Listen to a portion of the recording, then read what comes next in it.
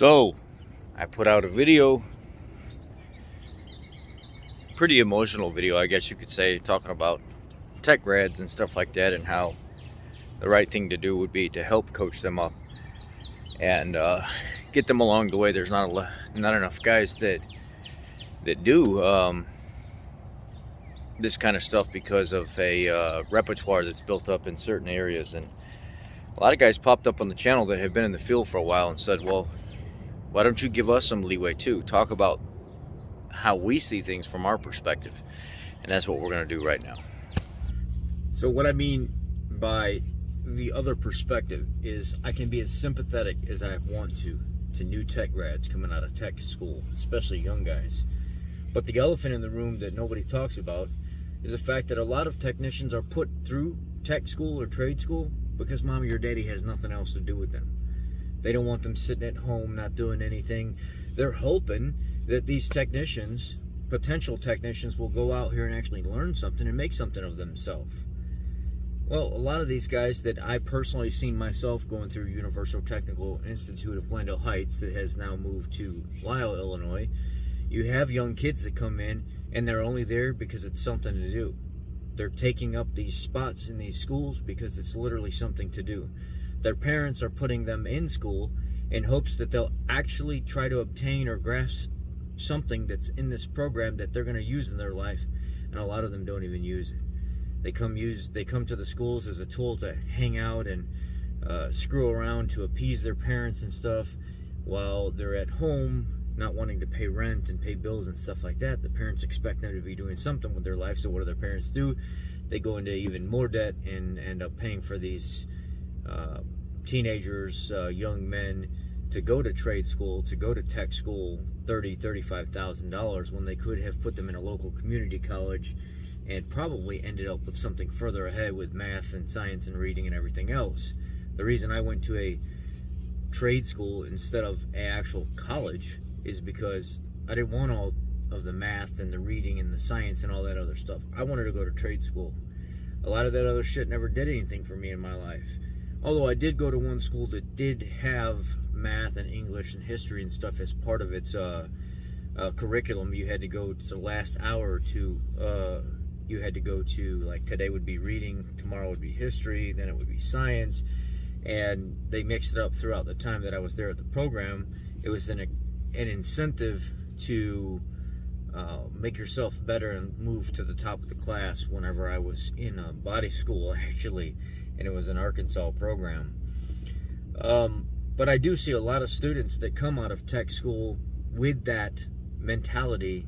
I want to go right into making $30 an hour. I'm going to go right into making $40 an hour.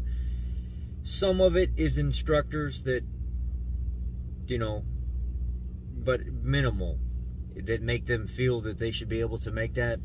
A lot of times it's the students themselves. I've rarely ever heard an instructor tell a student, and the ones that did tell them that they were going to make a certain amount, it was based on realistic expectations, not on unrealistic expectations. So a lot of people say it's, well, the instructors are telling them that they're going to make all this money, and so that's why they come out arrogant, thinking that they're better than everybody else.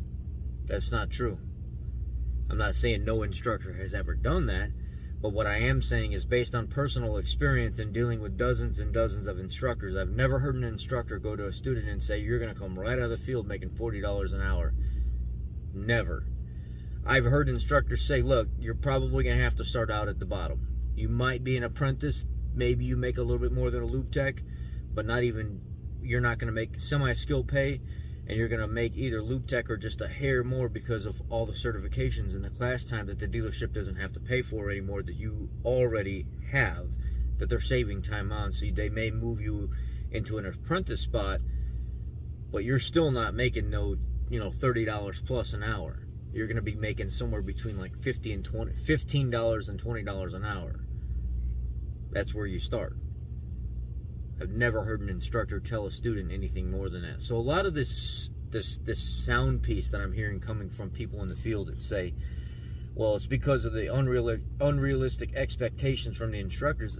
I've literally heard instructors break students down and tell them, do you think this is going to be a game? You think you're going to go through school and then get out here and all of a sudden they're just going to throw you on the floor and you're going to make $40 an hour? You've got another thing coming, then you're in the wrong program. You have to come here and learn the basics and get the principles and everything built, get the paperwork that's going to follow behind you, but you still have to do the bulk of your learning all in the field. As a matter of fact, the majority of instructors at these trade schools are going to tell you, we're teaching you this way because this is the curriculum by the book. When you get into the field, you're almost never going to do this. But if I give you a foundation to build off of, you'll be able to adjust it and change it exactly how you need to. And some of this won't even apply. But because of the program, because of warranty purposes, corporate purposes, manufacturer purposes, in order to get this paperwork, to get these jobs, this is how it has to be done. So it's a double-edged sword. So yes, I have seen students come out of trade school and tech school with that exact mindset that people have said on the internet about, I'm better than everybody, and I've seen it. We had a guy come to the dealership. He was a Ford Fac student, and he literally, while going through school, would throw it in the face of the other lube techs. Young, gullible kid, only has a mom, very emotional, wore his feelings on his sleeve. Everything bothered him and hurt his feelings. Well, I'm going to school, and I've already got a third of my certifications. What, you guys don't have none. Yeah, but they also have 5 years in the field as a lube tech. They probably know a hell of a lot more and have fixed more screw-ups than anything you've learned. So quit with the shit, bud. I actually had to call him on it one day and say, hey, all these fucking emotions and stuff that you're showing right now and all this crybaby bullshit, this crybaby back shit, put it away. Put it the fuck away and get back to work and stop crying about stuff. I literally had to tell him that one day in order to get him to stop. So I know what you guys are saying. I think one day he came in and somebody hurt his feelings first thing in the morning, and he's standing right next to me in my stall where he's changing oil, and I have my two stalls, and I looked over there and I asked him, I said, do you need some fucking Vagisil with that sand in your vagina? Seriously, shut the fuck up. Stop complaining about anything. And he got upset and walked into another room.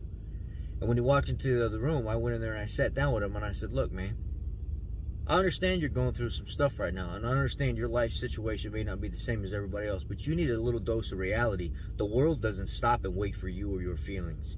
Now, I'm one of the people that do care about you, and I care about your feelings a little bit.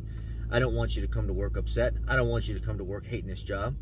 But at the same time, the business doesn't stop because your feelings are hurt, and the customer's car needs to still get out regardless. It doesn't matter about your feelings or what's going on right now. At the end of the day, you have to hustle that up as a man, deal with that shit accordingly, and be a part of life no matter what.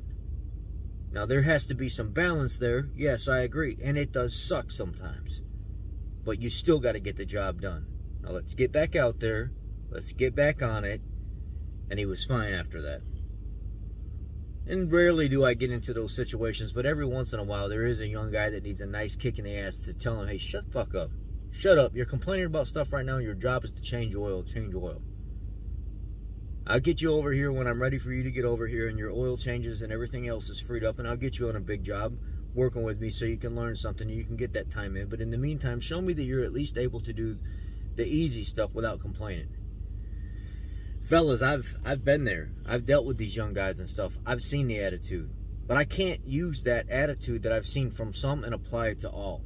I still have to be sympathetic and realize there are young techs out there with good foundations that are wanting to make a good living, that want to provide for their family. They want to be a part of society and stuff and be a participating taxpayer per se. Not that they want to, but it's what ends up happening. And they end up becoming really good technicians. They have a really good foundation. So when you hear me talk more about the positive than the negative, it's because I don't want to focus on the negative. I don't want to have to make videos like this, but I only made this video to actually sympathize with you guys out there, you older gentlemen out there that teach these young kids, to say, I know where you're coming from. I've been there. I still deal with it today. We got a couple young guys at the shop. I deal with a little bit of those young, sometimes entitled attitudes and stuff, but most of the time, they're good kids. They're good young men, and they're going to be good techs. Just got to give them a chance. Anyway, that's all I got. Take care. Be blessed.